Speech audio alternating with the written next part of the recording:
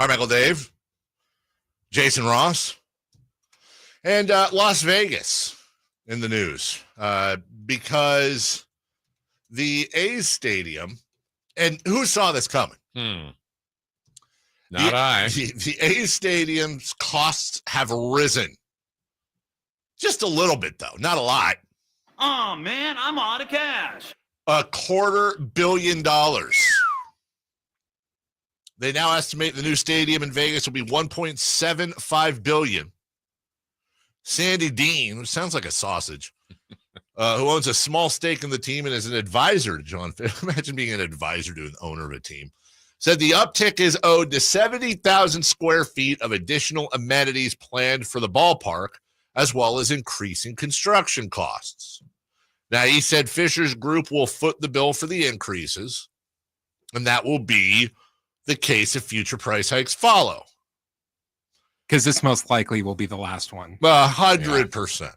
Now, couple things here. Number one, I'm a little wary of the whole freak out, like it's not going to happen, which I don't think it's necessarily going to happen. But when they say things like additional amenities and you have an A's principal making the announcement, they're announcing that they are voluntarily adding more things to the stadium and paying an extra $250 million, of which they could control that and not do that. They can't do anything about rising construction costs, but they're trying to make the stadium better voluntarily. So they're basically voluntarily increasing the price of the stadium in which they're responsible for the price hikes, which means to me one of two things. One, they know it, they've got the money, they're fine. Or two, they're starting to inflate this thing to leverage something else that may or may not happen. There's all kinds of hijinks that go on. Right.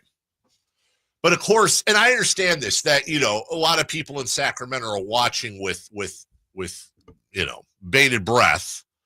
If Vegas falls through, well, that must mean we're going to get the team. And I wanted to take this moment. I did this late last night, just to remind everybody of a couple things. And again, I'm not trying to say that this ain't going to happen, but it probably ain't going to happen. And I'm just going to present to you my reasoning here when we say, hey, looks like Sac has a chance.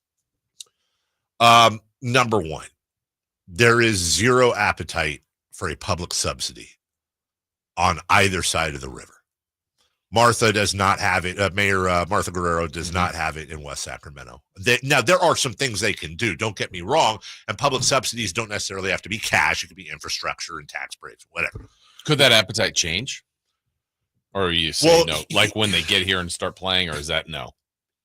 Could it? I can't speak to that. But I would say this. One thing that I think we have to get used to here is that we've had 16 years of incredibly, some may say way too much, pro sports mayors in Sacramento. We now have a mayor who officially, the vote officially ended yesterday. They finally have all the votes in, who beat Kevin McCarty beat Flo Kofer by, I think, 2,000 votes. But that's final. Kevin McCarty voted repeatedly against Golden One Center. That's just on the record. So we now have gone from Kevin Johnson and Darryl Steinberg, who were all about sports, to a guy that if his vote had held, the Kings would be in Seattle right now. That's just a fact. And West Sacramento has some things they can do. They do have some tricks that they can come up with, but they don't have that kind of money. That's number one. So who's paying for the stadium? Who's probably buying the team? Because if Vegas doesn't go through, you're probably going to see a Maloof situation where Fisher sells. Well, who's buying it? Who's got the money to buy the team? And I think the thing that people really forget is that if John Fisher sells the team, is there anything about John Fisher that strikes you as the type of person that would say, hey, we're already in Sacramento. Vivek, what do you want to give me? Yeah. No, he's going to open it to the highest bidder. The only thing I would say against that is that he's so furious at Oakland that he would want to screw them over one more time. I understand where you're coming from, and I don't dismiss what you're saying, except I don't think he's going to do anything to lighten his pockets. Yeah, money would win out in that. I think money wins out over how bad of a person he is. Maybe not. But you have Joe Lacob, You have Salt Lake City. You have Louisville, Kentucky. By the way, you have cities that not only have the investors ready to go, but they also had the stadium deal ready to go and Fortune 500 investors and companies to sponsor. Sacramento doesn't have that. Well, what about corporate dollars? Well, you're going to have some. Of course, you're going to. It's Major League Baseball. But now you're going to cannibalize a lot of the Kings' own sponsors for the summer. You're going to ask them to double up in this economy, in this market.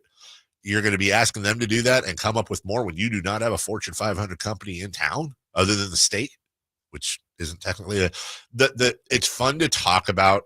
I'm not saying it can't happen, but when you get into the boring parts of it, the financing, the law, the mayors, the politics, all that, I'd love it. I don't see it happening in any way, shape, or form. Enjoy it while it's here. We'll take a break.